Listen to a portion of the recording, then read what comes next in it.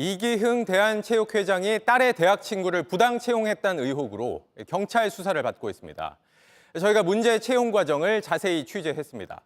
다른 지원자들은 채용에 유리한 자격증을 하나 이상 가지고 있었던 반면에 딸의 친구만 하나도 없었는데 그럼에도 서류도 면접도 모두 1등, 압도적으로 높은 점수를 받았습니다. 먼저 박준우 기자입니다. 지난 2022년 대한체육회의 채용 공고입니다. 국가대표 선수와 지도자의 훈련 관리와 생활 지도 등을 담당하는 훈련생활 지도관을 뽑는다고 돼 있습니다. 국가대표 경력 등이 지원 요건으로 논의되다 결국 빠졌습니다.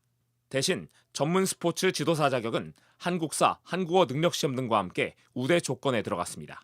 채용 담당자들에게는 해당 특정인의 채용에 걸림돌이 되는 지원 자격 요건의 완화를 수차례 지시했습니다.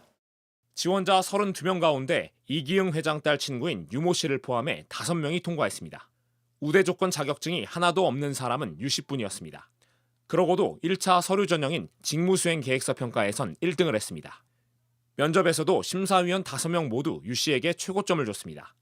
유 씨의 평균 점수는 100점 만점에 84점, 다른 지원자들보다 20점 가까이 더 받았습니다. 유 씨에게 92점을 준 A심사위원은 채점표에 확고한 직업정신이 보인다는 별도 평가까지 남겼습니다. B심사위원도 성실한 준비와 직업정신에 대한 철학이 있다고 칭찬했습니다. 선수촌 고위 간부는 면접위원으로 참여해 체육회장이 지정한 특정인에게 응시자 중 최고 점수를 부여한 사실도 확인했습니다. 하지만 나머지 4명에 대해선 생활지도관에 대한 이해 부족이라고 혹평했습니다. 대한체육회는 현재 선수촌에서 일하고 있는 유 씨에 대해 경찰 조사 결과가 나올 때까지 인사조치는 하지 않기로 했습니다. JTBC 박준우입니다.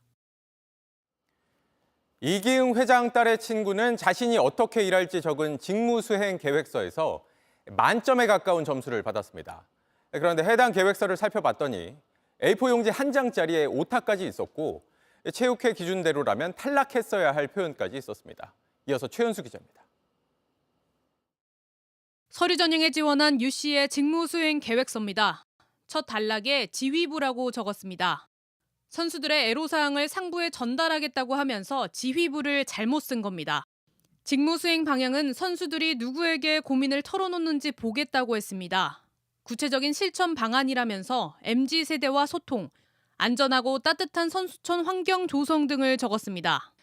이렇게 두루뭉술하게 적고도 50점 만점에 46.5점을 받았습니다.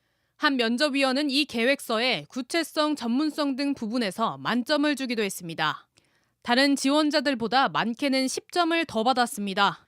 허술한 건 자기소개서도 마찬가지였습니다. 대한체육회는 채용계획안에서 지원자의 성실성을 판단한다며 자기소개서에 동일 음절이 반복될 경우 탈락시키겠다는 방침을 내세웠습니다. 하지만 유 씨의 자기소개서에는 음절을 반복해서 쓴 내용이 곳곳에 보입니다. 경쟁률이 32대 1이었기 때문에 이분의 부당한 채용으로 피해를 본 분들이 30명 이상이라고 볼 수 있다고 저희들은 규정을 하고 있습니다. 유 씨는 결국 압도적인 점수 차이로 합격했습니다. 경찰도 채용 관련 서류를 확보해 검토하고 있습니다. JTBC 최현수입니다. JTBC 뉴스를 시청해 주신 여러분 고맙습니다. 저희는 저녁 6시 50분 뉴스룸에서 뵙겠습니다.